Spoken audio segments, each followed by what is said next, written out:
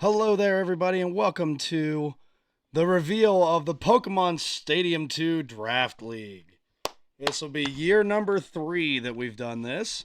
Here are this year's teams. We've got My Little Ponyta returning as the regular season first place team last season. We've got the Nightmare, formerly known as Doom and Gloom, and the Atlanta Firo. We've got last year's defending champs, the Houston Ho-Oh.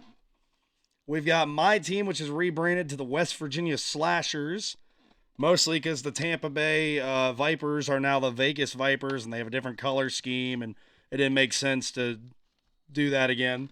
And we've got the Pokemon Power, who's been really solid each year. Yeah, there's our 5 teams. We're only going to have 5, which will make things a little interesting scheduling wise that I will get into later. But it'll still be a solid 5 teams nonetheless. Now, without further ado,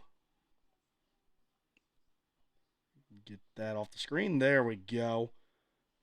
All right, here's our teams. I'm going to be doing the draft analysis live here.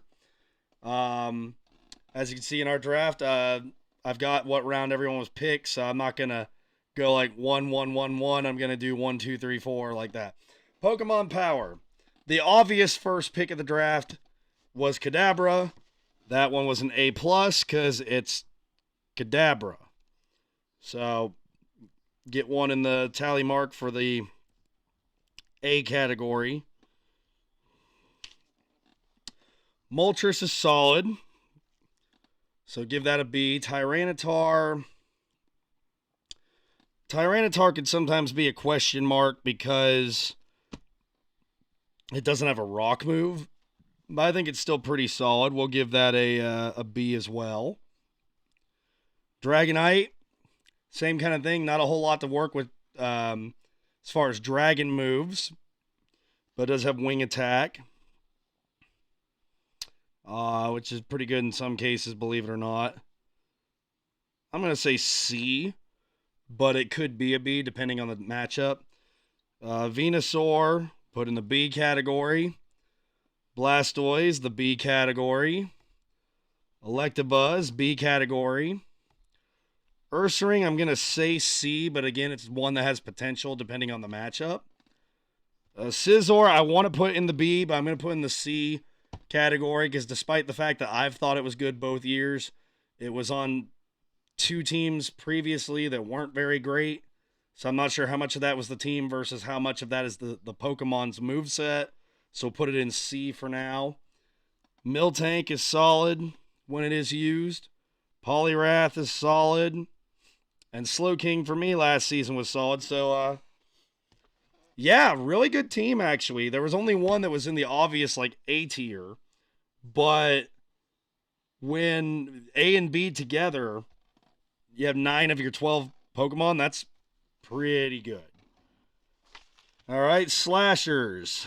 I'm not super confident about my own team because I took a lot of chances this year.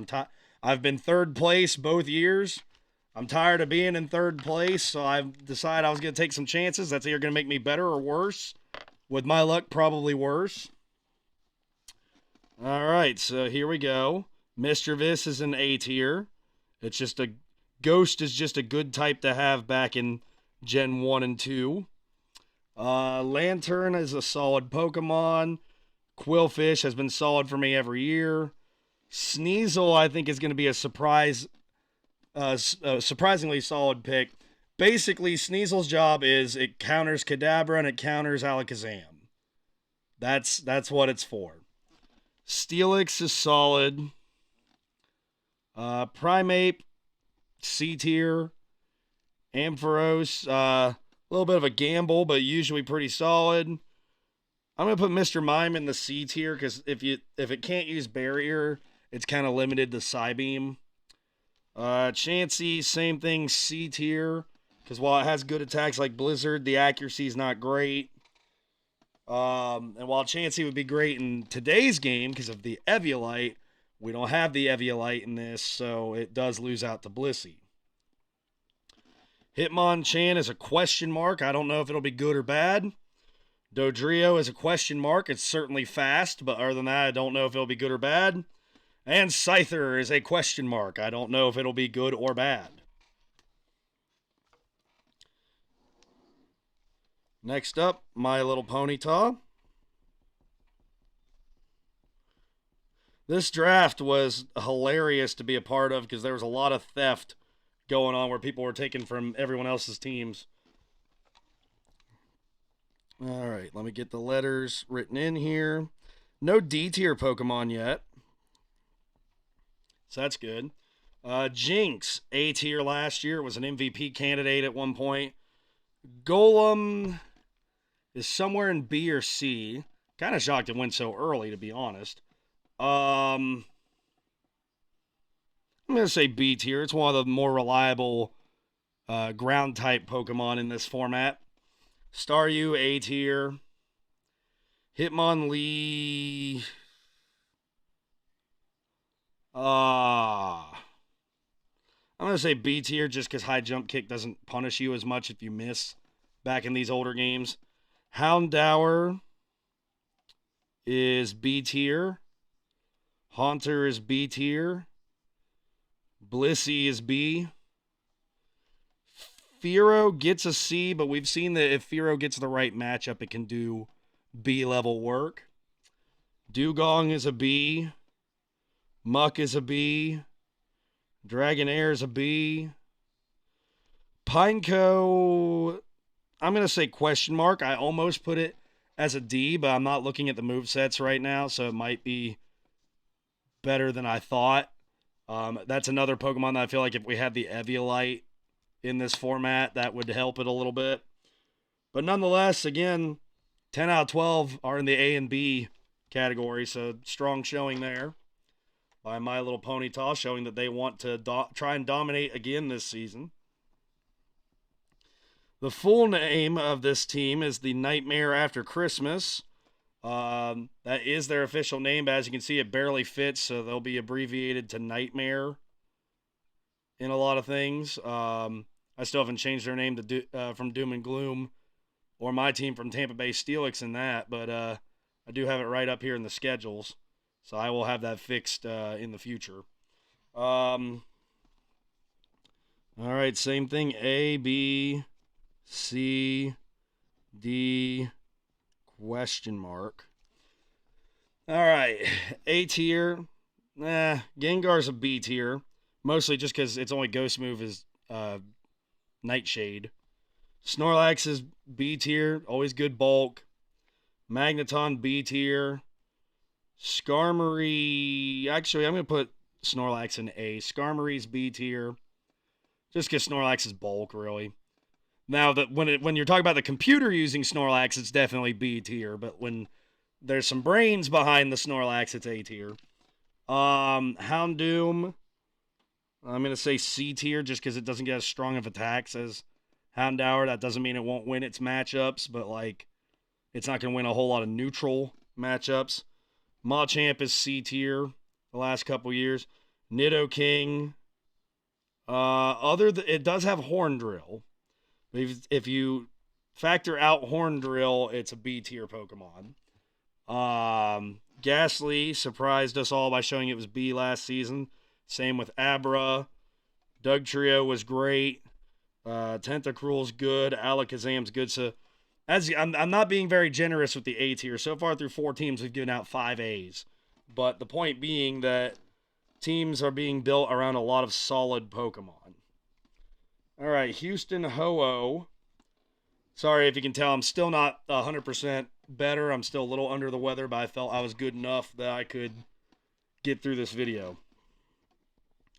All right, same thing. A, B, C, D, question mark. Bayleaf was an A tier last year. Suicune, that's a tough one because it's bulky, but it's limited to just Bubble Beam pretty much in this game. I think the bulk alone puts it in B. Otherwise, I'd say C. Raikou in B. Entei's in B. All three for the same reason. Like, they're just bulky enough. On the flip side, I'm going to put Articuno in C. Zapdos is in B. Mostly because Articuno, if it's not using Blizzard, its only way to attack is Peck. So, not a lot to work with there. As much as I love Articuno, it's my favorite of the three birds. Espeon is probably going to be B tier. Fast with a psychic attack. We know Umbreon is solid from last year. We know Jolteon can be good if it lands Zap Cannon. We know Vaporeon can be good. We know Charizard can be good. And then our one lone D tier pick, Bulbasaur. I don't know how Bulbasaur keeps getting picked every year, especially considering that Ivysaur wasn't picked. But once again, Bulbasaur is picked. But that is our defending champs, so maybe they know something that I don't. All right. Well, so where do I rank these teams? Oh, well, let's look at the numbers. Pokemon Power. If you're putting A's and B's together, see how many solid Pokemon they had. They had 9 of their 12. My Slashers, 6. My Little Ponyta, 10. Nightmare, 10. Houston Ho-Oh, 10. So naturally, the rankings are as follows. We would have number 1 at the moment. I'm going to give it to last year's defending champ. Honestly, just because we have three teams at the same total, so I got to have some sort of tiebreaker. We'll say, well, okay. I can get the right things to move. There we go. So Houston Ho-Oh. Still not getting the right things to move. Come on. My Little Ponyta. Nightmare Before Christmas. The Pokemon Power. And then last but not least, for the moment, since we have so many question marks, the West Virginia Slashers. That's how I see it breaking down right now in the preseason. Obviously, we have a long season, so things can change at any given point. Speaking of which, let's get back to the league standings. This is how things are going to break down this season.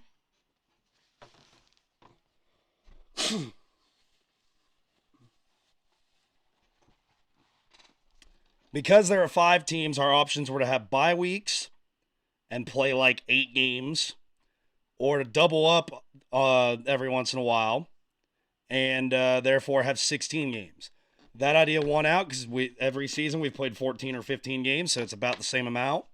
Also, it comes out to 8 games where you're controlled by me, 8 where you're controlled by the computer. Nice even split, as opposed to last season where some had the computer more often than others.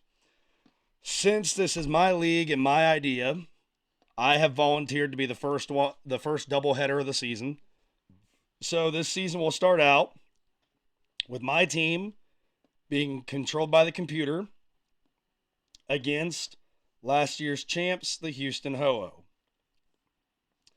Then I will have a game where I am in control against the Pokemon Power, who will be led by the computer. Then we have the Nightmare After Christmas being controlled by me, playing against My Little Ponyta, who will be controlled by the computer. And I missed an R1 there because that says Doom and Gloom instead of Nightmare, so that'll need to be changed. But that's the idea. The yellow spots, as you can see, are the weeks that people play double headers. There are, unfortunately, a couple times where people have back-to-back, like the Power here. Somebody had to have back-to-back. And that's just how that worked out. But yeah, we'll have 16 games each. Playoffs are still up for grabs. My original thought was that all 5 would make the playoffs. It's just that 4 and 5 would be stuck in a play-in, whereas 1, 2, 3 would get a bye. We'll see if we still do that or not, or if we maybe just do 1 playing the winner of 2 and 3 or something. We'll figure it out with like 4 and 5 in like a bowl game, so to say. But we have 16 weeks to figure it out. Really 17, because I decided the reason that I've got a line here between 8 and 9 is we're going to take a week off during the middle of the season to kind of let me take a break and recharge and everything. So we'll have 8 weeks of games, take a break, and then well, I say 8 weeks of games, 8 games. So 6 weeks of games. We'll take a break, another 6 weeks of games, and then we'll take maybe a week off to do the playoffs. We'll see. It depends on what we're doing for the playoffs, and then playoffs will be in a couple weeks. So that's the idea for the season. I'm excited for everything to be going. I'm going to be starting up again. Looking at the calendar here, we're going to start in 2 weeks from when this airs. So this is going to be airing on probably a Friday. So we're probably talking about Sunday the 8th being essentially the closest date. So 2 weeks from Sunday the 8th means Sunday the 22nd of January 2023 is when we will kick off, so to say. And yeah, I'm looking forward to this. It's going to be a blast. I can't wait to get things started. Let's go ahead and get those logos back up here again for everyone to see. Real excited. I'm going to be interested to see if my team can do anything, because I had 3 question marks. If those all end up being solid Pokemon, that puts me at 9, and the top teams had 10, so I'd be right there with everyone else. We'll see how things go, and I hope that everybody enjoyed the video. Don't forget to like, comment, subscribe, ring the bell, and we're getting ready for Season 3, baby. I'll see you then. All right, bye-bye.